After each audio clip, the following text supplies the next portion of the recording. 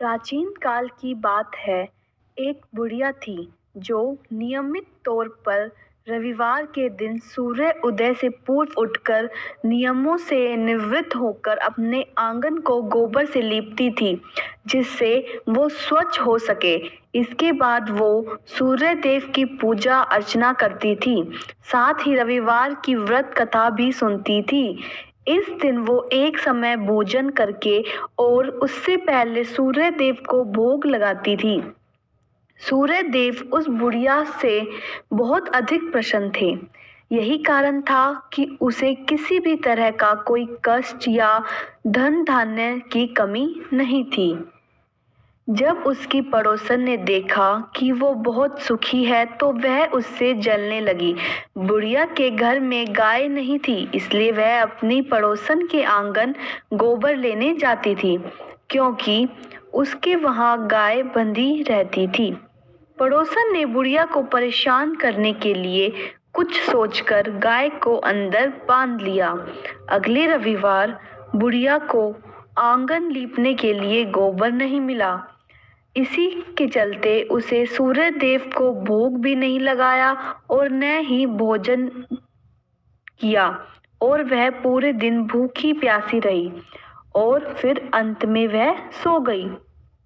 अगले दिन जब वो सोकर उठी तो उसने देखा कि उसके आंगन में एक बहुत सुंदर गाय और एक बछड़ा बंधा था। बुढ़िया गाय और बछड़े को देखकर हैरान रह गई। उसने गाय को चारा खिलाया।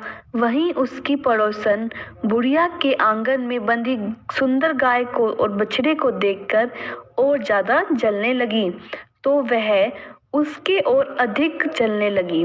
पड़ोसन ने उसे गायब के पास सोने का गोबर पड़ा देखा। गोबर को वहां से उठाकर अपनी गाय का गोबर के पास रख दिया। सोने के गोबर से पड़ोसन कुछ ही दिन में धनवान हो गई। ये कई दिन तक चलता रहा। कई दिनों तक बुढ़िया को सोने के गोबर के बारे में कुछ नहीं पता था।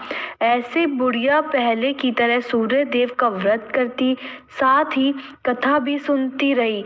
इसके बाद जिस दिन सूर्य देव को पड़ोसन की चालाकी का पता चला, तब उन्होंने तेज आंधी चला दी। तेज आंधी को देखकर बुढ़िया ने अपनी गाय को अंदर बांध दिया। अगले दिन जब बुढ़िया उठी तो उसने सोने का गोबर देखा। तब उसे बहुत आश्चर्य हुआ। तब से लेकर आगे तक उसने गाय को घर के अंदर ही बांधा। कुछ दिन में ही बुढ़िया बहुत धनी हो गई। बुढ़िया की सुख और धन स्थिति देख पड़ोसन और जलने लगी। पड़ोसन उसने अपने पति को समझाया और उसे नगर के राजा के पास भेजा। जब राजा ने उस सुंदर गाय को देखा तो वह बहुत खुश हुआ।